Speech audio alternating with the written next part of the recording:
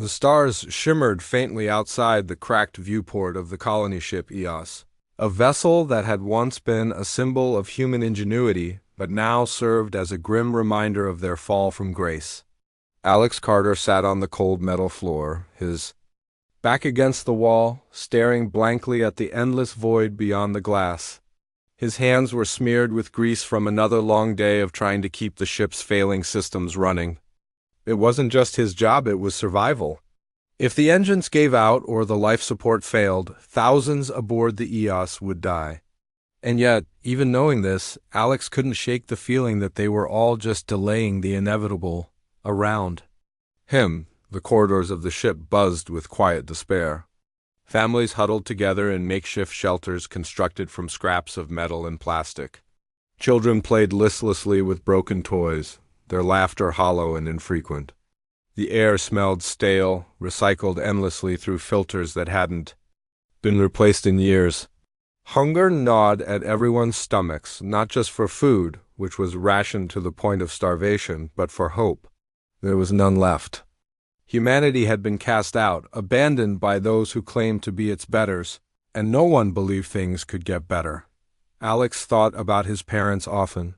He remembered the day the Accord arrived, their sleek ships descending upon Earth. Like gods judging mortals, they called themselves the guardians of peace, protectors of balance in the galaxy. But when they saw what humanity had done to each other, to their planet, they declared them unfit tenants of such a precious world. Too destructive, they said. Too selfish. Without warning, without mercy, humans were loaded onto ships and sent into exile. Alex's parents hadn't survived the evacuation. Neither had millions of others. He clenched his fists tightly, knuckles whitening. Anger burned inside him, but it was a useless emotion here. What good was rage when you were light years away from anyone to direct it at? Still, he carried it with him every day, a constant companion in the darkness. "Hey, Alex," came a soft voice behind him. He turned to see Mia Dawson standing there, her arms crossed over her chest. She looked tired, her dark hair tied back in a loose ponytail, strands falling loose around her face. Her eyes, usually sharp and determined, were dulled by exhaustion. Like everyone else, she was struggling. Unlike most, though, she refused to give up. "What do you want, Mia?" Alex asked, not unkindly, but without much energy either. He didn't feel like talking. Talking never solved anything. "I need your help," she said simply, sitting down beside him. "We've got a problem," Alex sighed. "When don't we have a problem? This is serious," Mia insisted. One of the water purifiers broke. "Down again? People are starting to panic. We can't afford to lose more supplies. And what do you expect me to do about it?" Alex asked, though he already knew the answer. Everyone always expected him to fix things, whether it was engines, filters, or whatever else decided to break on any given day. "You're the best we've got," Mia replied firmly. "If anyone can get it working again, it's you." Alex hesitated. He wanted to argue, to tell her that he couldn't keep holding everything together while the rest of them fell apart. But looking at her, seeing the desperation in her eyes, he realized she wasn't asking because she thought he owed them anything. She was asking because she trusted him. That realization hit harder than he expected. "All right," he muttered, pushing himself to his feet. "Show me where it is." Later that night, after spending hours repairing the purifier, Alex found himself wandering through the dimly lit corridors of the ship. Most people were asleep or pretending to be, but he couldn't quiet his mind enough to rest. Every time he closed his eyes, he saw flashes of Earth, blue skies, green forests, cities teeming with life. All gone now. Taken away by beings who thought they had the right to decide humanity's fate. As he walked, he heard voices coming from one of the larger communal areas. Curious, he stepped closer and peeked inside. A small crowd had gathered, murmuring excitedly. At the center stood Jake Thompson, a cocky pilot with a reputation for taking risks. Jake was holding up a small device, waving it dramatically as he spoke. "Listen up," Jake shouted, drawing the group's attention. "This drone picked up something big, something we've been praying for. What is it?" Someone asked eagerly. "It's a place," Jake said, lowering his voice for dramatic effect. A region called the Rim, rich in resources, water, minerals, maybe even habitable planets. Enough to sustain us for years. The room erupted into chatter. People began asking questions, some skeptical, others hopeful. Alex felt a spark of interest ignite within him. Could it really be true? Was there somewhere out there that could offer them a chance at survival? Mia appeared beside him, having followed him unnoticed. Did you hear? She whispered. Yeah, Alex replied. Do you think it's real? I don't know, Mia admitted. But if it is, it might be our only shot, Alex frowned. Even if it exists, getting there won't be easy. The Rim is deep in hostile territory. The Accord doesn't patrol it directly, but there are other species who do. Mercenaries, scavengers, maybe worse. Then we'll fight, Mia said fiercely. We don't have a choice, Alex. Staying here means dying slowly. Going to the Rim means risking everything, but at least it's a chance. Her words lingered in the air between them. Alex knew she was right. They couldn't stay like this forever, clinging to life on these crumbling ships. If the Rim offered even a sliver of hope, they had to take it. Okay, Alex said finally. Let's do it. Over the next few days, word spread quickly among the exiles. Plans were made, strategies discussed. Alex threw himself into preparing the fleet for the journey ahead. He worked alongside mechanics, engineers, and anyone else willing to lend a hand. Together they patched up engines, reinforced hulls, and scavenged parts from derelict ships drifting nearby. Jake took charge of organizing pilots, training them for potential combat scenarios. His confidence was infectious, inspiring others to believe they might actually stand a chance. Rachel Bennett, a medic with a haunted past, focused on gathering medical supplies and setting up triage protocols. Though she rarely spoke about her own experiences, her dedication earned her respect from everyone. Mia became the voice of unity, rallying people with speeches that reminded them why they were fighting. They took everything from us, she told the crowd during one gathering. Our homes, our families, our dignity, but they can't take our spirit. Not unless we let them. We're not just survivors, we're fighters. And we will take back what's ours. Despite the growing sense of purpose, tension simmered beneath the surface. Not everyone agreed with the plan. Some argued that attempting to settle the Rim would provoke further retaliation from the Accord. Others doubted they'd make it that far, fearing the dangers lurking in uncharted space. Arguments broke out frequently, tempers flaring as fear and frustration boiled over, but amidst the chaos, Alex noticed something remarkable happening. For the first time since their exile, people were working together toward a common goal. Strangers helped strangers, sharing skills and resources. Old rivalries faded as everyone recognized the stakes. It wasn't perfect, but it was progress. And for Alex, that was enough to keep going. As the final preparations neared completion, Alex stood alone in the engine room of the EOS, staring at the modified decoy ship he'd been secretly building. It wasn't much to look at, a battered old transport vessel stripped down to its bare essentials, but it represented their best chance at survival. By luring enemy forces away, it could buy the main fleet precious time to slip through undetected. He allowed himself a moment of pride. This ragtag group of exiles, cast aside and forgotten, was about to defy the odds once again. They weren't just fighting for themselves anymore. They were fighting for a future where humanity could rise from the ashes and reclaim its place among the stars. And as Alex powered down the engine room lights, he couldn't help but feel a flicker of hope. The decision to leave the safety of their current position for the Rim was made, but it didn't mean the path ahead would be easy. Alex Carter stood in the dimly lit cargo bay of the EOS, surrounded by piles of scavenged parts and tools. The ship's engine hummed faintly in the background, a reminder that even now they were running on borrowed time. Around him, people worked tirelessly, some welding metal plates onto hull breaches, others checking fuel lines or repairing communication arrays. Everyone had a role to play, and no one could afford to slack off. Mia Dawson walked over, her boots clanging softly against the metal floor. She carried a clipboard, though most of the notes on it were scribbled hastily in pencil. "How's it going?" she asked, glancing at the half-finished decoy ship Alex had been working on. "It'll hold?" Alex replied without looking up. His hands moved deftly as he tightened bolts on the ship's frame. "Not pretty, but it doesn't have to be. It just has to work." "That's all any of us can ask for these days," Mia said with a small smile. She leaned against a nearby stack of crates, watching him work. "You've done amazing things with what we've got. I don't know how you do it." "I don't either," Alex admitted, wiping his hands on a rag.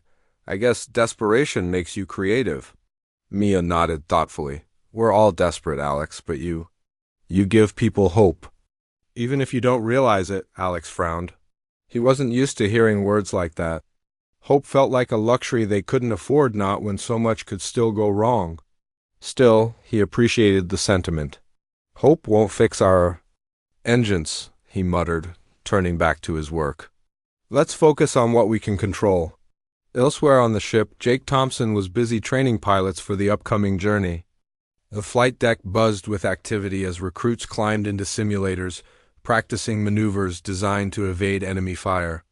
Jake paced between the stations, barking orders and offering advice where needed.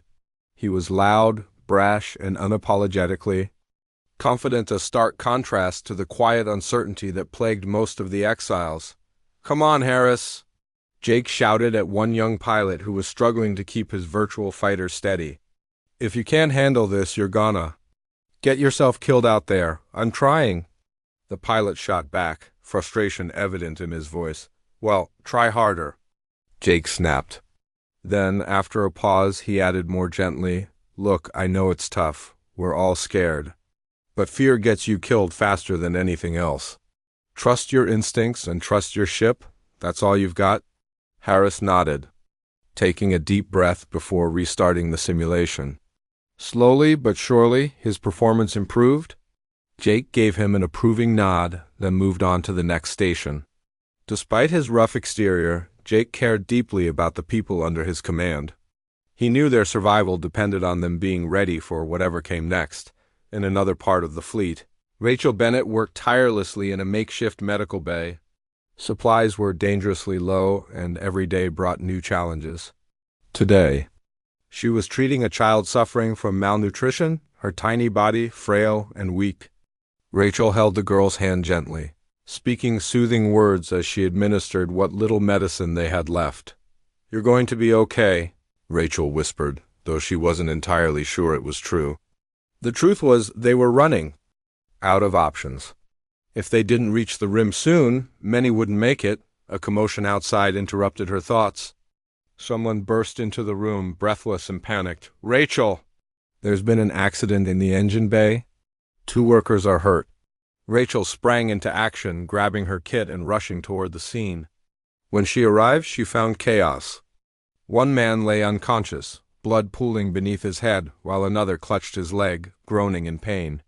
Without hesitation, Rachel knelt beside the first man, checking his pulse. "Weak, but still alive?" She called for help, directing bystanders to stabilize him while she tended to the second victim. Hours later, both men were stable, though barely. Exhausted, Rachel sat down on a nearby crate, letting herself rest for just a moment. Her mind wandered to her own past, the family she'd lost during the Accord's purge. The guilt she carried for surviving when so many hadn't. She shook her head, forcing the memories away. There was no time for that now. Not when so many lives depended on her. As preparations continued, tensions began to rise. Resources were stretched thin, and tempers flared easily. In one particularly heated argument, 2 engineers nearly came to blows over a disagreement about how best to allocate power reserves. Mia intervened quickly, stepping between them before things escalated further. "We don't have time for this," she shouted, her voice cutting through the noise. "Every second we waste fighting each other is a second closer to failure. Do you understand that?" Both men looked ashamed but remained silent. Mia took a deep breath, lowering her voice. "We're all tired, we're all scared. But we're also stronger together than we are apart. So let's figure this out together." Her words seemed to diffuse the tension, at least for now. Slowly, the engineers returned to their tasks, working side by side once again. Mia watched them go, feeling a mix of relief and weariness. Leadership wasn't something she'd ever wanted, but someone had to step up. And if it had to be her, she would do it, even if it meant carrying the weight of everyone's hopes on her shoulders. Despite the challenges, progress was being made. Ships were repaired, supplies rationed carefully, and strategies refined. Alex spent long hours modifying the decoy ship, adding extra thrusters and reinforcing its hull. He knew it wouldn't last long in a real fight, but it didn't need to. Its purpose was simple: draw fire and buy time for the rest of the fleet. One evening, as Alex worked late into the night, Jake appeared in the doorway of the hangar. "Still tinkering with that thing?" he asked, leaning casually against the frame. "It's not done yet," Alex replied, tightening a bolt with a wrench. "And it probably never will be."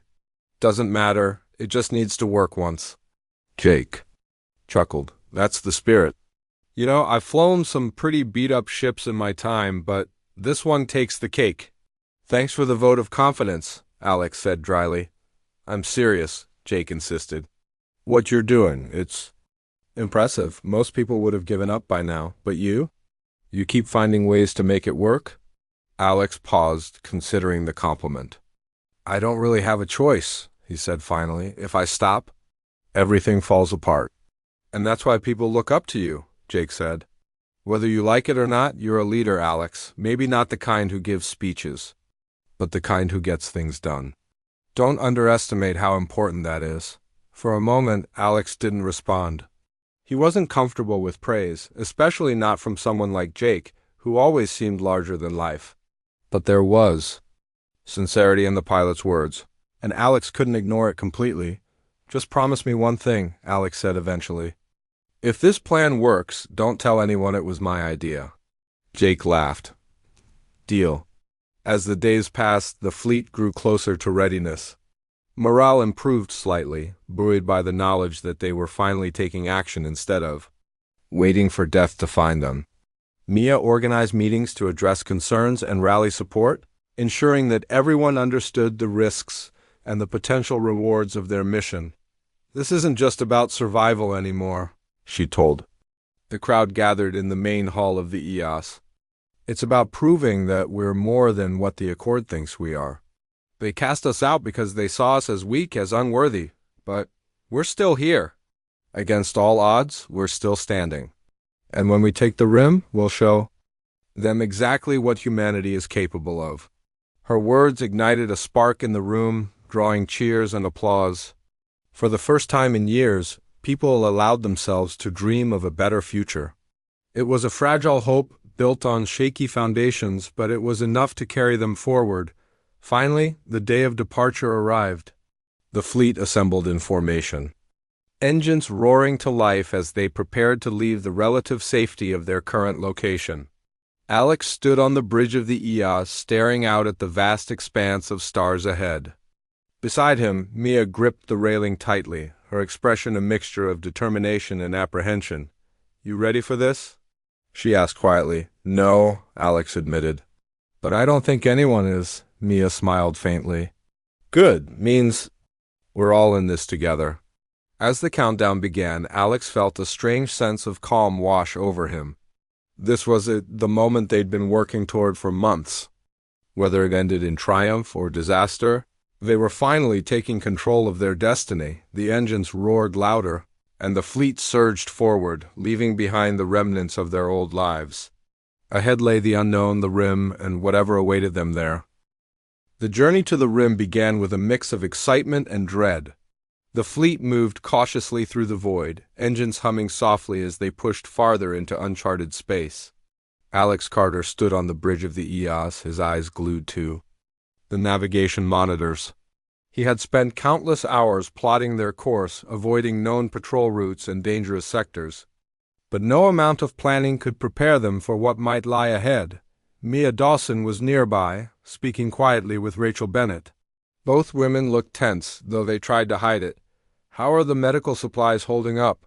Mia asked. "Not great," Rachel admitted, rubbing her temples. "We've got enough for basic emergencies, but if anything serious happens..." She trailed off, not needing to finish the sentence. Everyone knew what that meant. We'll manage, Mia said firmly, though her voice wavered slightly. We have to. Alex tuned out their conversation, focusing instead on the readings in front of him. So far, so good. The fleet had avoided detection. But he couldn't shake the feeling that it wouldn't last. Space was vast, but the Accord's allies were everywhere. It was only a matter of time before someone noticed them. Jake Thompson sat in the cockpit of his fighter, staring at the endless expanse of stars.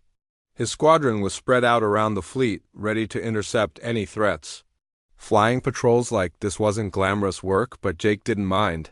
He preferred action to waiting, even if it meant risking his life. "Anything on your scans?" came a voice over the comlink. It was Harris, one of the newer pilots. "Nothing yet," Jake replied. "Keep your eyes sharp, though. We're getting close to Varnock territory." The Varnoka militaristic alien species allied with the Accord were rumored to guard the rim fiercely. They weren't known for mercy, and Jake knew their arrival wouldn't go unnoticed. Still, he tried to push those thoughts aside. Worrying about what might happen wouldn't help anyone. Hours passed without incident. The silence was almost comforting, broken only by the occasional crackle of static over the comm. Then suddenly alarms blared across the fleet. "Contact!" shouted one of the sensor operators aboard the EOS. "Multiple ships approaching fast." Jake's heart raced as he checked his radar. Sure enough, a group of Varnock fighters was closing in. "All units, prepare for engagement."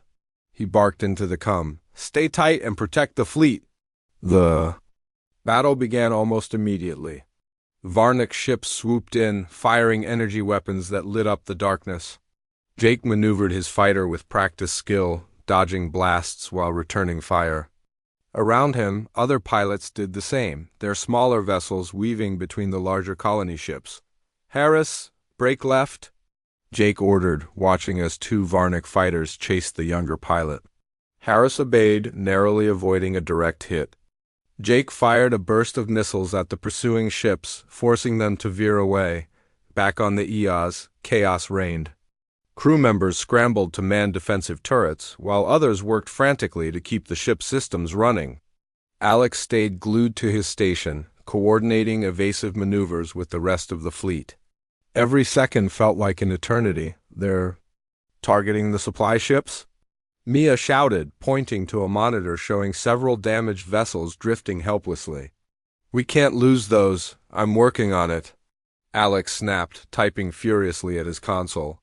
He rerouted power to the engines, pushing the EOS closer to the stricken ships. Nearby, Jake led a daring strafing run against the attacking Varnock, buying precious time for rescue teams to reach the survivors. Rachel was among those who rushed to aid the wounded. When the first evacuees arrived, she sprang into action, directing medics to prioritize the most critical cases. Her hands moved quickly, applying bandages and administering painkillers despite the chaos around her. One young boy clung to her arm, tears streaming down his face. "It's okay," she whispered, though she wasn't sure she believed it herself. "You're safe now." After what felt like hours, the Varnock finally withdrew, disappearing into the depths of space as suddenly as they had appeared. The fleet regrouped, assessing the damage. Several ships had been lost, and dozens of people were injured or dead. But somehow they had survived. "Well, that was fun," Jake muttered, sarcastically as he climbed out of his cockpit. His uniform was singed, and there was a fresh cut above his eyebrow, but he seemed otherwise unharmed. "You look like hell," Alex said, meeting him in the hangar. "Yeah. Well, I feel like it too," Jake replied with a grin. "But hey, we made it. That's something, right?" "It's not over yet," Alex reminded him. "We're still a long way from the rim." Jake nodded soberly. "Yeah, but we'll get there, one fight at a time." As repairs continued, Mia called a meeting to discuss their next move. The crew gathered in the main hall of the EOS, their faces weary but resolute. "We took a hit back there," Mia began, addressing the crowd. "But we're still standing. That says something about who we are and what we're capable of." She paused, letting her words sink in. "The Varnock will be back." And when they come, we need to be ready. For now, though, let's focus on getting to the rim. Once we're there, we'll have a real chance to build something better. Something worth fighting for. Her speech earned scattered applause, though many remained silent. Hope was fragile, especially after a battle like that. Still, it was enough to keep them moving forward. Days turned into weeks as the fleet pressed onward. Skirmishes became more frequent, each one testing their resolve. Supplies dwindled further, and tempers flared under the strain. Yet through it all, moments of humanity shone through. A mechanic shared his last ration bar with a hungry child. A pilot risked his life to save a damaged ship. Rachel stayed up late every night, tending to the sick and injured despite her own exhaustion. One evening, Alex found himself alone in the engine room, staring at the modified decoy ship. He had poured so much of himself into it, knowing its purpose was to sacrifice itself for the greater good. It was strange, thinking about sending something you'd worked so hard on to its doom. You really think this is going to work? Voice asked behind him. It was Mia, holding 2 steaming cups of synthetic coffee. It has to, Alex replied, taking one of the cups. If it doesn't, then we'll figure something else out, Mia finished for him. We always do. They stood in silence for a while, sipping their drinks and listening to the faint hum of the engines. Outside the viewport, the stars stretched endlessly, indifferent to the struggles of those who traveled among them. We're close, Mia said finally. I can feel it, Alex nodded. Yeah, close enough to see the finish line, but far enough to wonder if we'll make it. Mia smiled faintly. That's how it always is, isn't it? The hardest part comes right before the end. When the fleet finally reached the edge of the rim, the sight took their breath away. Planets glimmered in the distance, surrounded by asteroid fields and swirling nebulae. It was beautiful and dangerous. Scans revealed signs of Varnic activity throughout the region, confirming their fears. This is it, Mia announced over the comm system. The rim, our new home if we can take it. The fleet prepared for the final push, knowing the battle ahead would be their toughest yet. Alex climbed aboard the decoy ship, double-checking its systems one last time. Jake and his squadron prepped their fighters, ready to engage the enemy head-on. Rachel stocked medkits and rallied her team, steeling herself for the casualties to come. As the fleet entered the rim, Alex activated the decoy ship's engines, sending it hurtling toward a cluster of Varnic warships. The trap was set. Now, all they could do was wait and hope. And so, with hearts pounding and nerves stretched thin, humanity charged into the unknown, determined to claim what they had fought so hard to reach. Whatever happened next, they would face it together. The decoy ship streaked through space, its engines blazing as it hurtled toward a cluster of Varnic warships. Alex Carter sat at the controls, his hands steady despite the storm of emotions raging inside him. He had volunteered for this mission, knowing full well it might cost him his life. But someone had to do it, someone had to give the fleet a fighting chance on the bridge of the Eos. Mia Dawson watched the decoy ship disappear into the distance. Her knuckles were white as she gripped the railing, her eyes fixed on the monitors, displaying the unfolding scene. It's working, she whispered. Though no one else heard her over the hum of activity around her, the Varnoak fell for the ruse almost immediately. Their ships broke formation, chasing after the decoy with relentless speed. Energy blasts lit up the void as they fired on the small vessel, determined to destroy it before it could escape. For a moment, it seemed like the plan might fail. The decoy ship shuddered violently under the barrage, but then Alex activated the secondary thrusters, sending it spiraling away in a chaotic pattern that made it nearly impossible to hit. Keep going, Mia muttered under her breath, even though she knew Alex couldn't hear her. She wanted to believe he'd make it out alive, but deep down, she understood the odds. This was a sacrifice one he had willingly made. As the Varnic fleet chased the decoy, the main human force slipped through the gap in their defenses.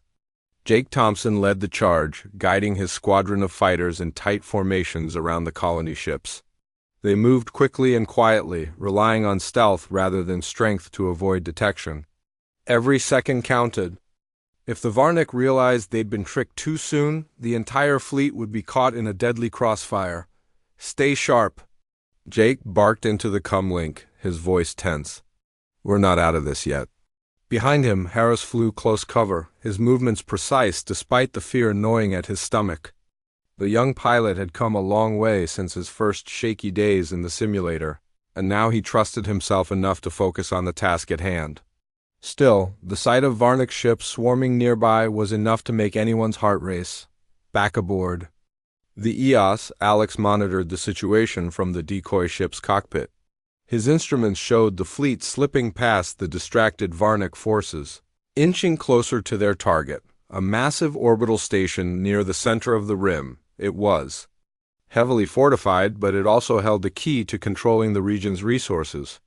If humanity could seize it, they stood a real chance of surviving and thriving in this hostile territory. They're almost there, Alex murmured to himself, watching the data stream across his screens. The decoy ship's hull groaned as another blast struck its side, jolting him in his seat. Warning lights flashed angrily, indicating critical damage. He didn't have much time left. Alex, you need to get out of there. Mia's voice crackled over the comm system, breaking through his concentration. She sounded desperate, pleading. I can't, Alex replied calmly. Not until they're safe. You've done your part. Now come back. But Alex ignored her. Instead, he rerouted all remaining power to the decoy ship's engines, pushing it faster and farther away from the fleet. The Varnik followed relentlessly, their weapons tearing chunks out of the battered vessel. Sparks flew inside the cockpit as systems began to fail, but Alex kept his focus. He wasn't afraid not anymore. All he felt was a strange sense of peace, knowing he was doing something meaningful for the first time in years. One final explosion ripped through the decoy ship, engulfing it in flames. Its signal disappeared from the monitors, leaving behind only silence. No, Mia whispered, her voice trembling. Tears welled up in her eyes, but she forced them back. There was no time to grieve, not now.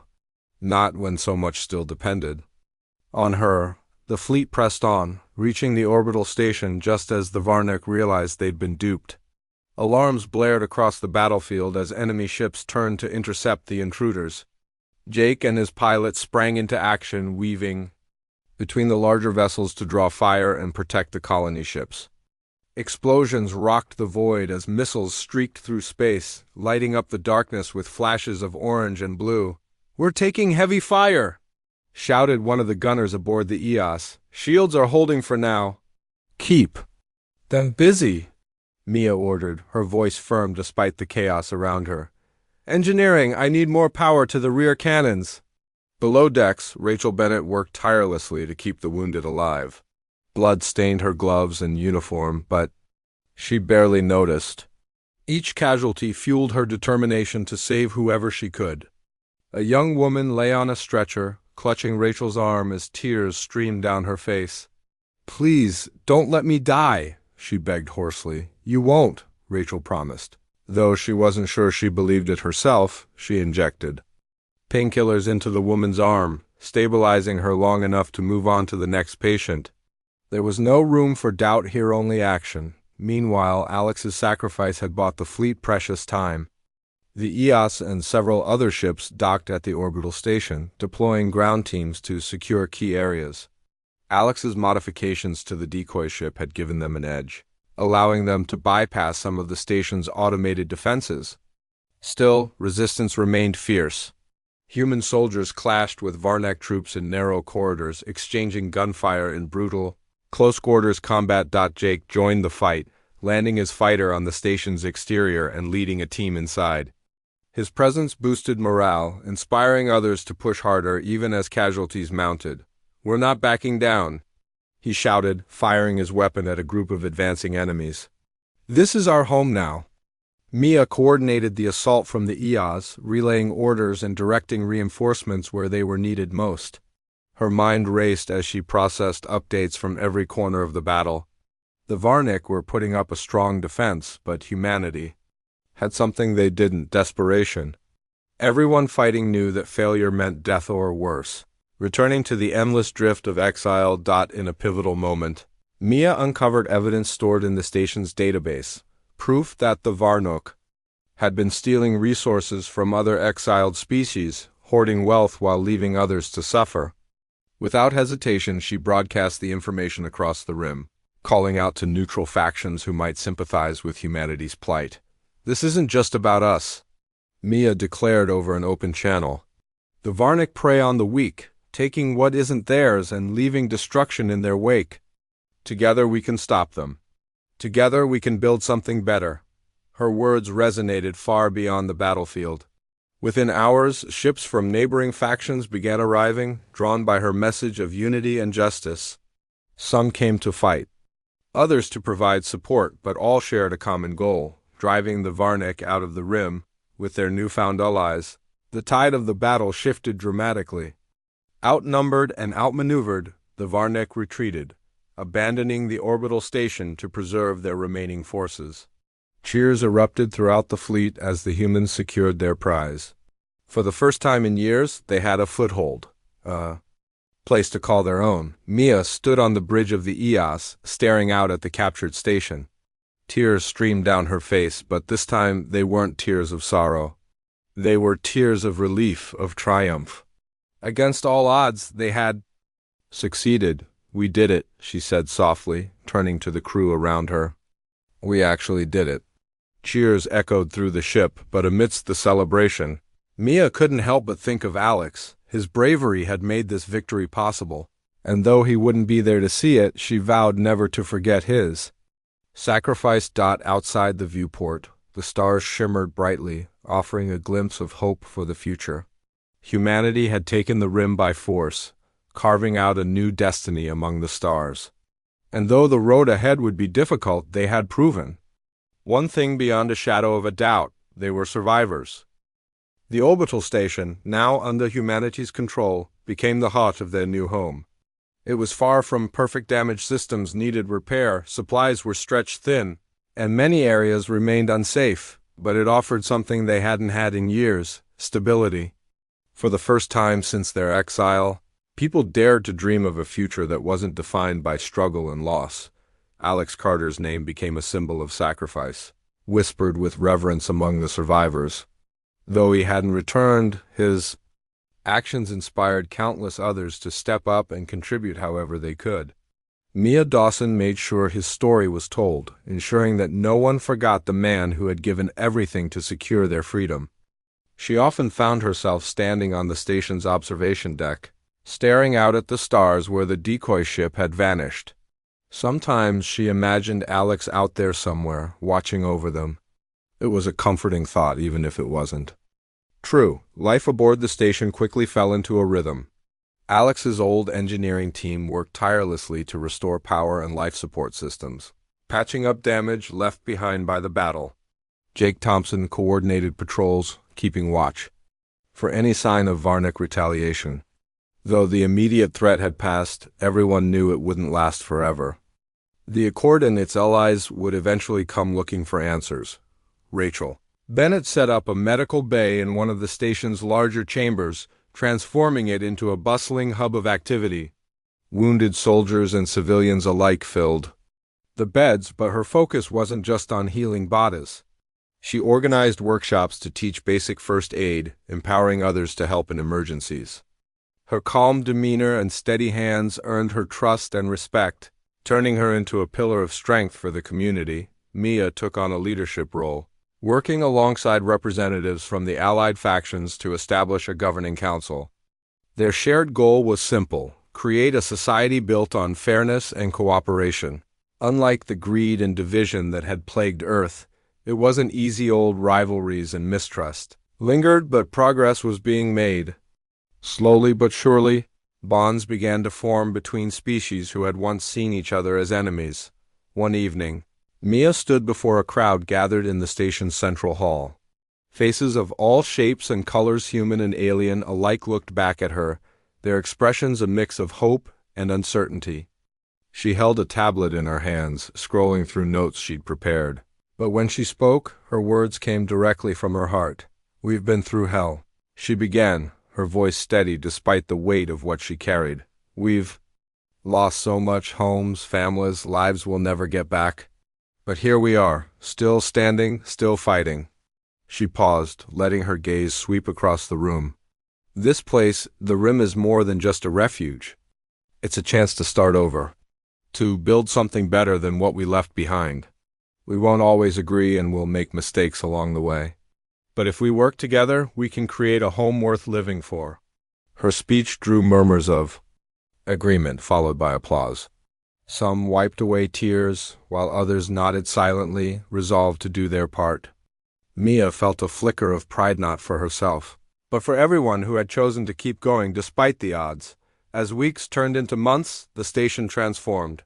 Broken corridors were repaired, barren walls painted with murals depicting unity and resilience. Gardens sprouted in hydroponic bays, providing fresh food for the first time in years. Children played freely in newly constructed recreation areas, their laughter echoing through the halls like music. Life was hard, but it was also full of promise. Jake spent most of his time training pilots, both human and alien, in preparation for whatever might come next.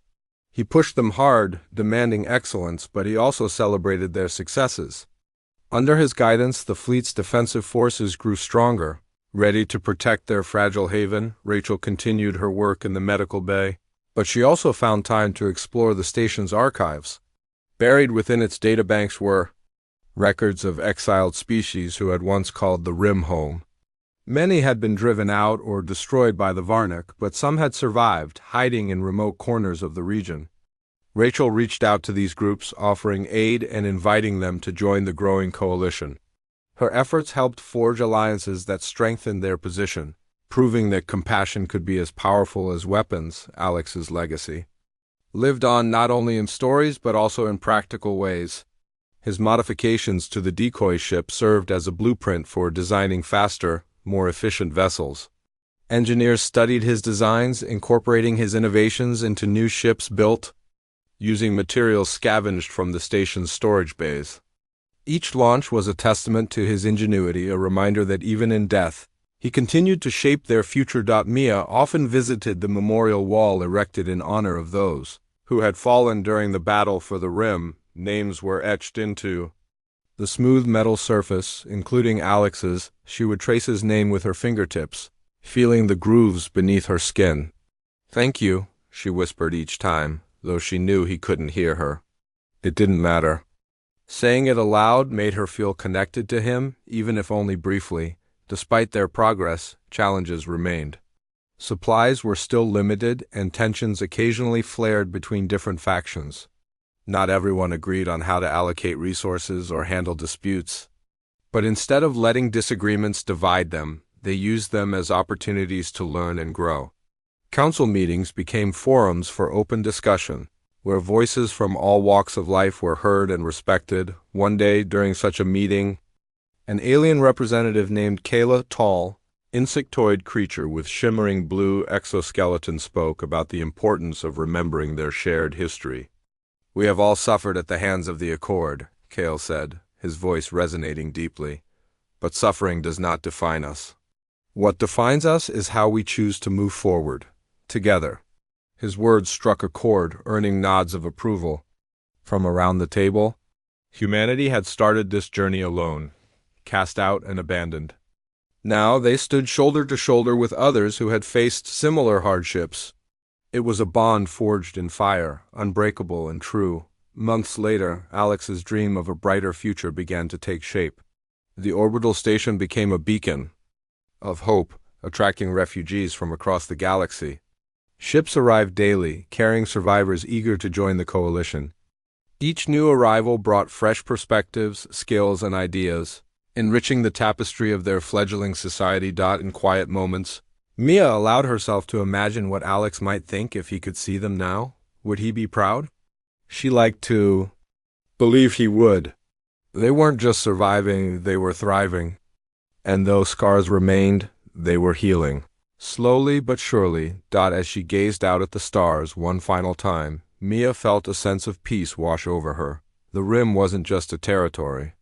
It was a testament to humanity's strength and determination. They had taken it by force, yes, but they had also claimed it with courage, compassion, and an unwavering belief in a better tomorrow. And somewhere deep down, Mia knew Alex was smiling.